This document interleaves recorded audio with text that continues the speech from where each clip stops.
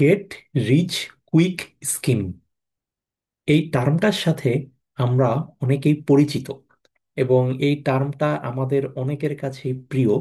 যে get rich quick scheme অর্থাৎ খুব দ্রুত সময়ের মধ্যে ধনী হয়ে যাওয়া বা খুব অল্প সময়ের মধ্যে বড়লোক হয়ে যাওয়া।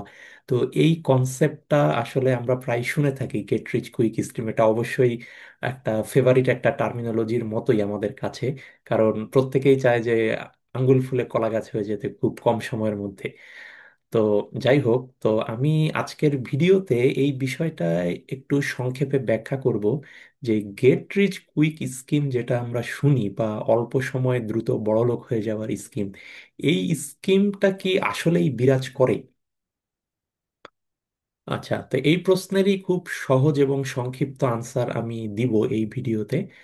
তো উত্তর হচ্ছে হ্যাঁ, এই স্কিমটা আসলেই বিরাজ করে।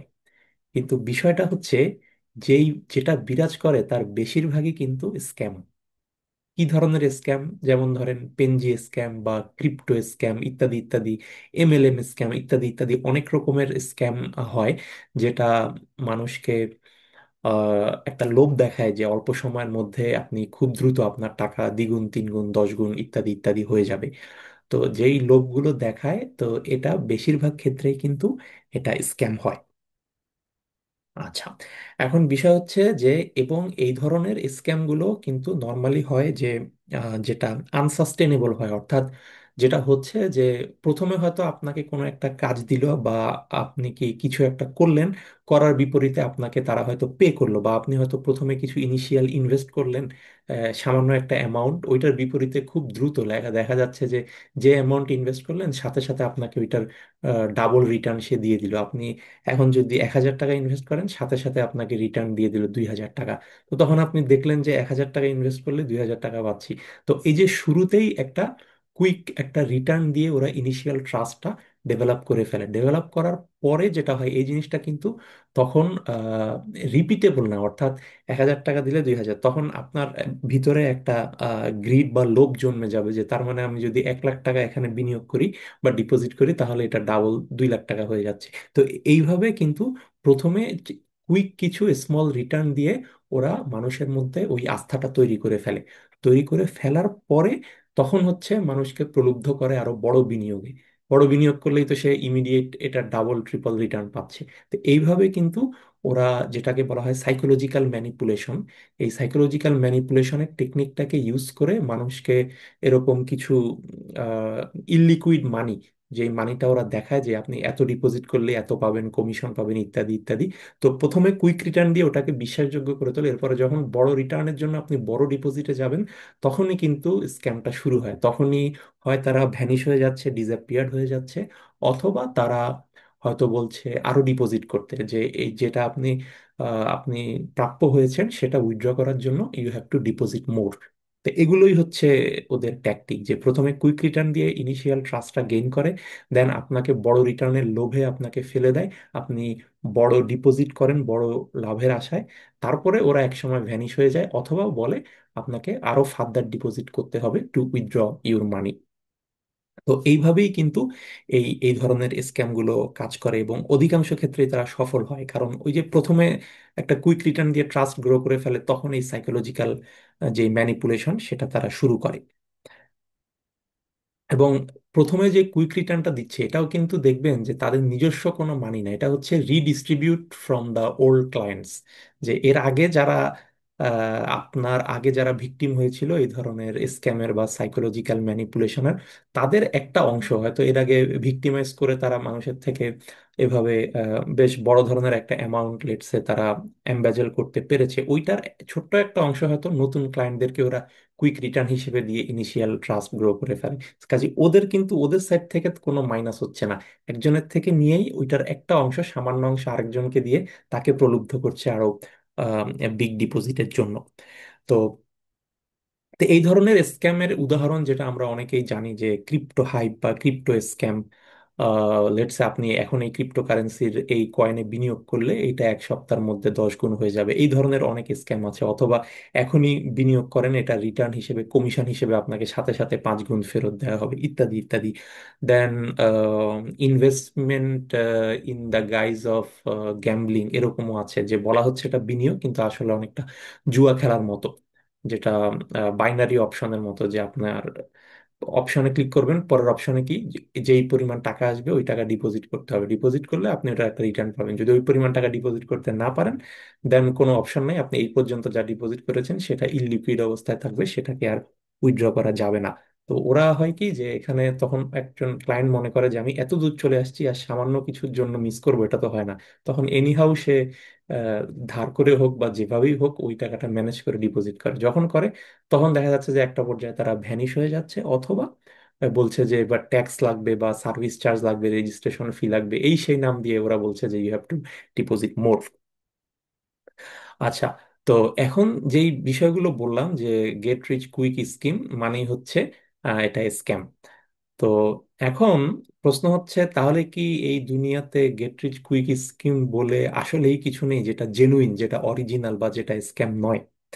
তো এটার আনসার হচ্ছে যে হ্যাঁ, আসলেই আছে, যেটা genuine get rich quick scheme সেটাও আছে। কিরকম? সেটা let's say early investors in the cryptocurrency. Let's say এখন যদি বিটকয়েনের, এক একটা বিটকয়েনের প্রাইস হয় per unit let's say 1 lakh US dollar. তো খুব ইনিশিয়াল স্টেজে যখন বিটকয়েন শুরু হয়, ওই সময় যদি কেউ লেটসে 20,000 ডলারে একটা বিটকয়েন কিনে, তাহলে এখন দেখেন যে যেটা 1 লাখ ডলার হয়ে গেল 5 টাইমস। তো তাহলে এখন যদি সে সেল করে, সে অবশ্যই 5 টাইমস একটা রিটার্ন পাচ্ছে। এবং বিটকয়েনটা আমরা যেটা জানি খুব ফ্লাকচুয়েট করে এবং খুব ভোলাটাইল এটার রেট। তো হতে পারে যে আপনি 20,000 ডলারে কিনলেন, হয়তো এক সপ্তাহ পর এটা 50,000 ডলার হয়ে গেল, it happens. But again 20,000 dollar থেকে এটা 5,000 ডলারও হতে পারে। তো এটা অনেকটা খুব ফ্লাকচুয়েট করে এবং অনেক বেশি ভোলাটাইল এবং রিস্কও অনেক বেশি। তো 20,000 ডলার 40,000 ডলারও হতে পারে, আবার 20,000 ডলার লেটসে 5,000 ডলারও নেমে আসতে পারে। তো যাই হোক, যে হয়তো 20,000 ডলারে কিনেছে, সে যদি এমন হয় 1 মাস পরে ওটা দ্বিগুণ হয়ে গেল 40,000 ডলার, ওই সময় সে সেল করলে সে অবশ্যই ডাবল রিটার্ন পাচ্ছে। কিন্তু এগেইন এই ধরনের রিটার্ন কিন্তু গ্যারান্টিড না, মার্কেটটা অনেক ভোলাটাইল এবং এই রিস্ক আপনাকে নিতে হবে। যারা নিচ্ছে ওরা এই ধরনের রিস্ক নিচ্ছে। আর এরপরে আরেকটা আছে যে ইনসাইডার এক্সেস, যেটা অনেকের হয়তো বিভিন্ন ব্যবসা বাণিজ্য করছে, খুব দ্রুত সে হয়তো প্রফিট পাচ্ছে বা তার বিজনেস শাইন করছে, বাট অনেক ক্ষেত্রে দেখবেন এদের হয়তো বিভিন্ন ইন্টারনাল কানেকশন থাকে, ইন্টারনাল লিঙ্ক থাকে, বা ইনসাইডার এক্সেস থাকে, বা ইনফ্লুয়েন্সিয়াল লেভেলে বা টপ টায়ার লেভেলে তাদের হয়তো বিভিন্ন রকমের নেটওয়ার্কিং থাকে বলে তারা করতে পারছে। তো ওইগুলো একটা বিষয়, যে একই ব্যবসা হয়তো 10 জন করছে কিন্তু একজন সাইন করছে, বাকি 9 জন পারছে না কেন? হয়তো দক্ষতা বা ক্যাপাসিটি সবারই সমান, কিন্তু এগেইন ওই নেটওয়ার্কিং বা কিছু কিছু ইনসাইডার অ্যাক্সেস বা লিঙ্ক বা লবিং, এগুলো দিয়ে অনেক সময় কিন্তু পার্থক্য হয়ে যায়, যেটা তাদেরকে কুইক প্রফিটের দিকে নিয়ে যায়। তো এর মানে এই নয় যে জিনিসটা ইল্লিগাল, অবশ্যই লফুল, বাট হয়তো কিছু নেটওয়ার্কিং থাকে, লবিং থাকে, চ্যানেল থাকে, ইত্যাদি ইত্যাদি।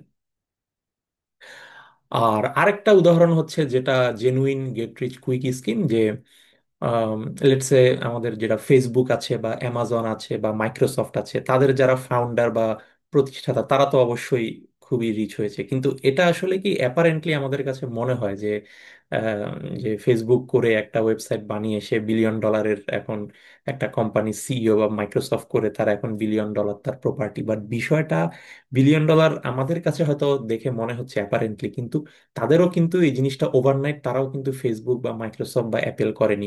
ফেসবুকও শুরু হয়েছে সেই হার্ভার্ড ইউনিভার্সিটির ডরমিটরির একটা, ওদের লোকাল একটা নেটওয়ার্কিং বা লোকাল মেসেজিং একটা অ্যাপ হিসেবে তখন ফেসবুক শুরু হয়েছিল। দেন এটা গ্র্যাজুয়ালি এক্সপান্ড করে আজকের ফেসবুকে আসে। অ্যাপেলেরও যাত্রা শুরু হয়েছিল একটা গ্যারেজ থেকে।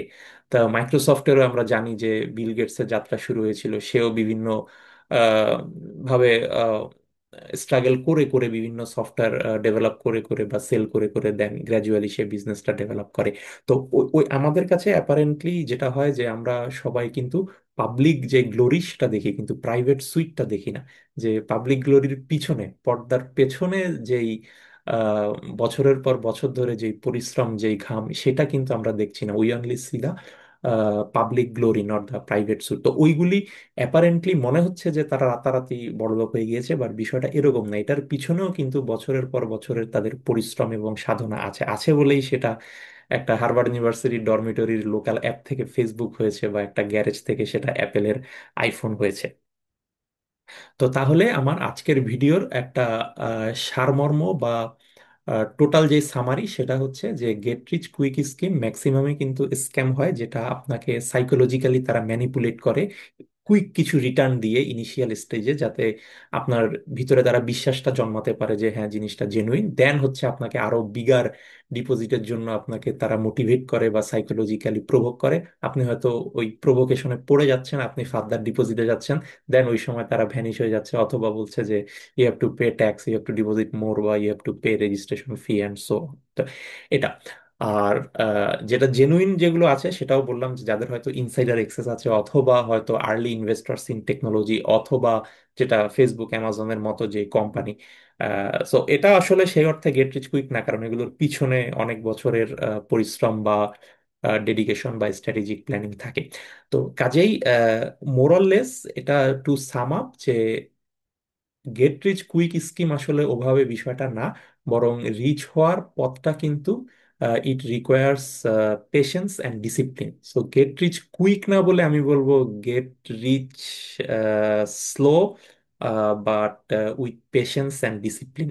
তো এই জিনিসটা যখন হবে, যে গেট রিচ কুইক না করে আপনি যখন get rich slow but in a patient and disciplined manner, তাহলে কিন্তু অল্প অল্প করেই আপনার সম্পদ বাড়তে থাকবে through the compounding growth approach. এবং একটা সময় গিয়ে আপনি দেখবেন যে এত বেশি সম্পদ আপনার হয়েছে, এই কনসিস্টেন্ট, আপনি start small but invest regularly, এই জিনিসটাই ইম্পর্টেন্ট।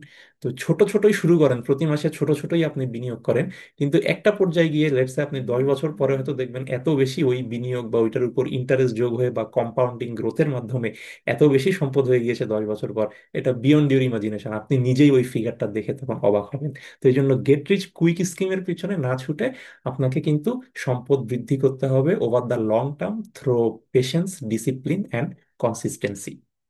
ধন্যবাদ সবাইকে।